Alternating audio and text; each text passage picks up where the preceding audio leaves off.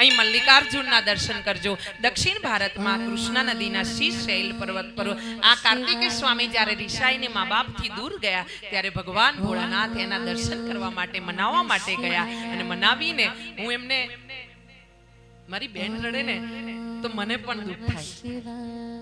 મારા દિલના એક આશીર્વાદ છે, એણે મને કોઈ વાત નથી કરી, મારા હૃદયથી હું ભોળાનાથ જો મારા પર રીજાયા હોય ને આટલા દિવસની કથામાં તો મારી બેનને આશીર્વાદ દેજો કે એના ઘરે ધન ધાન્યથી ભંડાર ભરેલા રહે। મને કેટલી આપી છે એટલે નહીં, એના હૃદયનો ભાવ જોઈને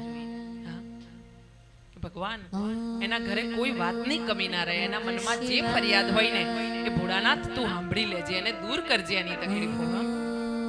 અહીંયા શ્રીશૈલના શિખર ઉપર દર્શન માત્રથી સઘળાના કષ્ટ દૂર કરે, અનંત સુખ આપે ને પુણ્યશાળી બનાવે એવા ભગવાન મલ્લિકાર્જુન બિરાજમાન।